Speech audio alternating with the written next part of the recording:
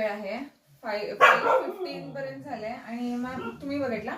हो मीच बघितलं. कसं बघितलं म्हणजे सकाळी? मी मांजर खूप ओरडत होते ना, त्यासाठी मी इतकं का ओरडते, एक तर तिला भूक लागली तर ती उठते, पण खूप वेळ ओरडते म्हणून माझं लक्ष नव्हतं. तरी मी लाईट हा चालूच होता इथे, मी तसंच स्वयंपाकघरात गेले तरी माझं लक्ष नव्हतं हिच्याकडे. तेव्हा ओ बघा सकाळची थोडस ह्याला लागलंय, पण रागेश सुद्धा म्हणजे असं त्याचं स्किन फुगवलंय आणि असं ग्रीन किलबॅक म्हणतात ह्याला, आणि बहुतेक ठेवते वेळी जरास लागलं ह्याला. नाही ते बहुतेक मांजर.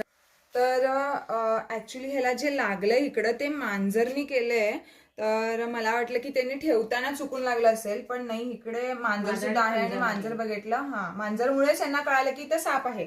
तर हा अतिशय शांत साप आहे, पण राग आल्यावर असं तो ऍक्ट करतो, म्हणजे असं पूर्ण बॉडी असं चपट करून घेतो नागासारखं. आणि ह्याच्यावरचे तुम्ही डिझाईन सुद्धा तुम्ही बघू शकता.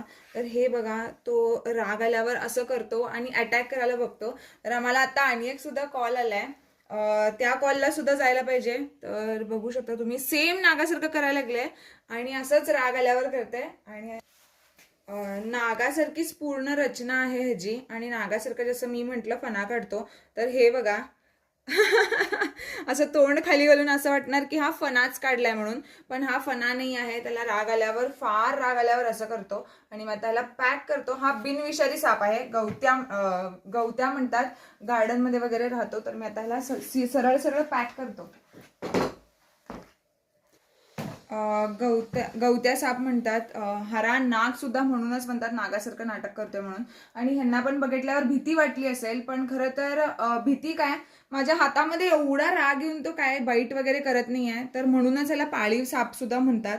हे बघा, म्हणूनच ह्याला पाळीव साप म्हणतात. मी असं फणा काढल्यासारखं वाटायला म्हणून मी त्याला उलटं करून दाखवलं, पण तरी त्याचं तोंड माझ्या हाताकडे आहे, बाईट नाही करत आहे. तर तुम्हाला सुद्धा स्टार्टिंगला भीती वाटली आणि तुम्हाला सुद्धा वाटेलच माहिती नसल्यामुळे.